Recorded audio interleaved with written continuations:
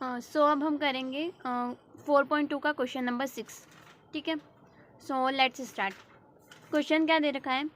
A cottage industry produces a certain number of pottery articles in a day. एक cottage industry है जो कुछ like article produce करती है एक दिन में। ठीक है, अभी वो नहीं बताया कितने, वो हमें निकालना है। It was observe on a particular day, एक दिन ये ऑब्जर्वेशन किया गया that the cost of production of each article, जो कोस्ट ऑफ प्रोडक्शन है आर्टिकल की, वो क्या है? 3 more than twice the number of articles produced on that day. इसका मतलब क्या होगा? एक दिन में जितने आर्टिकल्स प्रोड्यूस होते हैं उसमें पहले हम 2 का मल्टीप्लाई करेंगे और उसमें 3 प्लस करेंगे तो कॉस्ट ऑफ प्रोडक्शन आएगी। ठीक है, यहाँ पे देखो दे रखा है, यही बोला है that the cost of production of each article was, एक आर्टिकल की कॉस्ट ऑफ प्रोडक्शन क्या होगी? 3 more than twice the number of articles produced on that day. ठीक है, it was the total, if the total, यहाँ पे if आएगा। ठीक है, if the total cost of production of that day was 90 rupees, find the number of articles produced and the cost of each article. ठीक है, तो सबसे पहले हम क्या सपोज करेंगे कि number of articles produced on that day is x. ठीक है, let the number of articles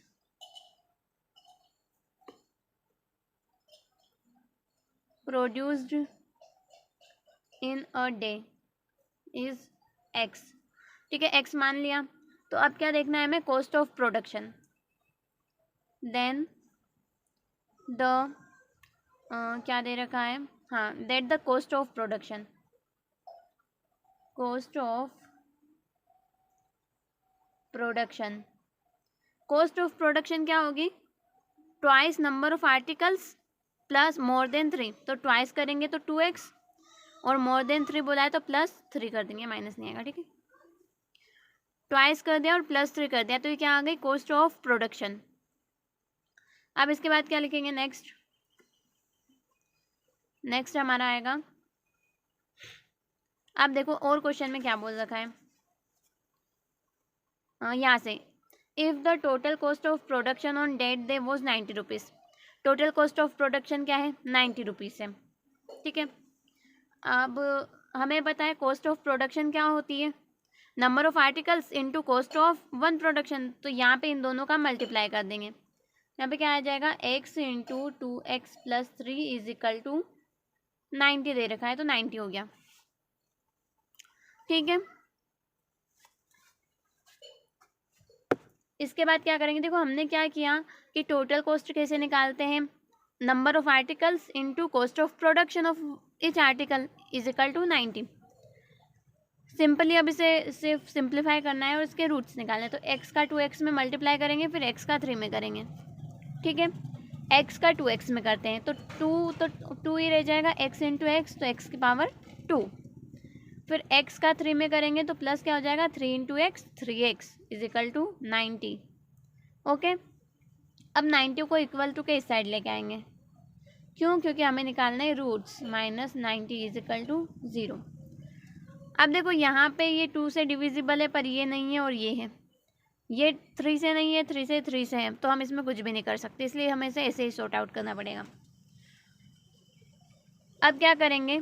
19 into 2 करेंगे। मैंने हमेशा आपको बताया है कि सबसे पहले रूट्स निकालने के लिए उसके कोफिशिएंट का एक्स स्क्वायर के कोफिशिएंट के साथ कांस्टेंट टर्म का मल्टीप्लाई करना है। तो 90 इंटू 2 करेंगे तो क्या आ जाएगा? 180। ठीक है, अब 180 के ऐसे रूट्स निकालने हैं जिनका माइनस करने पर 3 बचे, सब्ट्रैक्ट करना है उस रूट्स का और 3 बचना चाहिए। तो हम चलो इसका निकालते हैं। इसका कर सकते हैं 2 से करें कि 9 से ही कर देते हैं डायरेक्ट। चलो 2 से करते हैं। 2 9 ज़ा 18 0, इसका 3 3 ज़ा 9 0, 3 1 ज़ा 3 0, 2 5 ज़ा 10, 5 1 ज़ा 5। ठीक है, ये आ गए हमारे रूट्स। अब देख लेते हैं हमें कब मिल रहा है 3। देखो अगर 5 2 ज़ा करेंगे तो 10 हो जाएगा और 3 3 ज़ा 9, 9 2 ज़ा 18, 18 माइनस 10 करेंगे तो हमारे पास 8 बचेगा, ये नहीं हो सकता। क्या करते हैं? 3 3 ज़ा 9 कर लेते हैं, 2 2 ज़ा 4, 4 5 ज़ा 20 होगा, ये भी नहीं हो सकता। इन तीनों का करते हैं। 5 3 ज़ा 15 माइनस 3 2 ज़ा 6 6 2 ज़ा 18, ये हो गया। ठीक है, क्या क्या किया हमने, 5 इंटू 3 कर दिया, 2 इंटू 3 इंटू 2 कर दिया,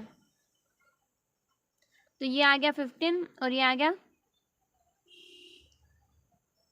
क्या आएगा, 2 2 ज़ा 4 12 आएगा, 12 सॉरी। ठीक है, इसमें भी क्या बच रहा है हमारे पास, 3 बच रहा है और हमें यही चाहिए था, सॉरी मैंने इसको नीचे नहीं किया। ठीक है,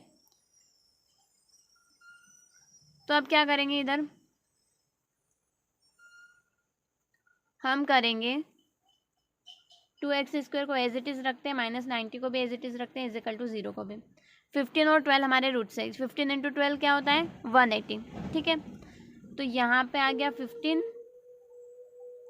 और -12x, प्लस माइनस माइनस होगा, 15 में से 12 जाएगा तो 3 बचेगा, 15 इंटू 12 क्या होता है, 180।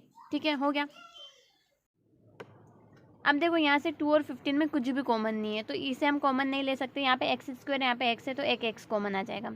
यहाँ पे क्या बचेगा, 2x, क्योंकि एक x चला गया है, प्लस 15 भी एज इट इज़ रहेगा और x हमारा चला गया है, दोनों में से x कॉमन आ गया। ठीक है, अब यहाँ देखो दोनों साइड माइनस साइन है, तो सबसे पहले तो माइनस साइन कॉमन ले लिया।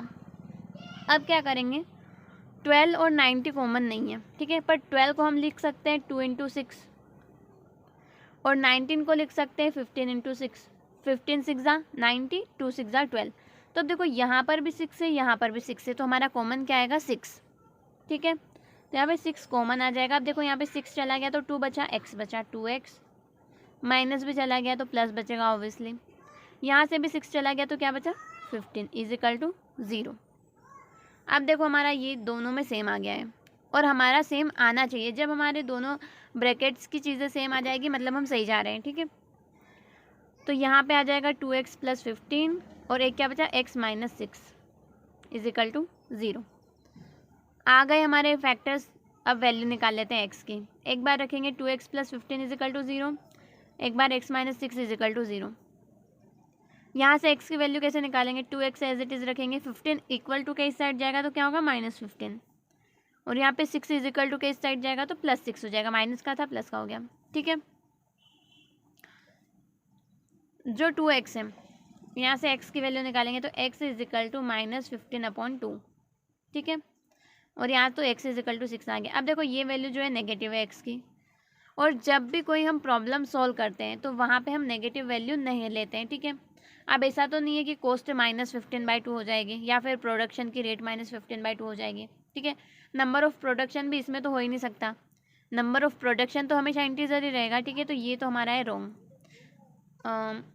हमने बोला क्या था वहाँ पे, x किसको सपोज किया था हमने, यहाँ पे सपोज किया था number of article produced in a day. ठीक है, अब ऐसा तो नहीं आपने 1.5 आर्टिकल लिख दिए, तो x की ये वैल्यू तो हम ले ही नहीं सकते। ठीक है, तो हमारे पास सेकंड क्या बची है, x इजिकल टू 6। तो हमारे नंबर ऑफ़ आर्टिकल्स देखो, अब हमारे number of articles produced in a day x, तो यहाँ पे क्या आ जाएगा आंसर हमारा, नंबर ऑफ़ आर्टिकल्स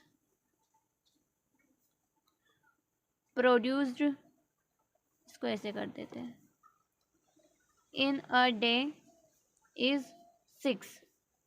एंड एक क्या माना था हमने, कॉस्ट ऑफ प्रोडक्शन। देखो यहाँ पे कॉस्ट ऑफ प्रोडक्शन क्या निकाली थी, 2x प्लस 3, और हमें क्वेश्चन में बोला है कि number of article and cost of production निकालनी है।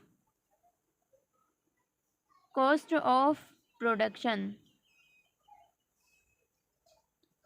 इज इक्वल टू, मानी थी हमने 2x प्लस 3, 2 इंटू एक्स की जगह पे x की वैल्यू रखेंगे जो हमने अभी सोल्व की है, तो वो है 6, 2 इंटू 6 प्लस 3, 2 6 ज़ा 12 प्लस 3, 12 प्लस 3 हमारा हो गया 15। तो ये आ गए हमारी कॉस्ट ऑफ प्रोडक्शन।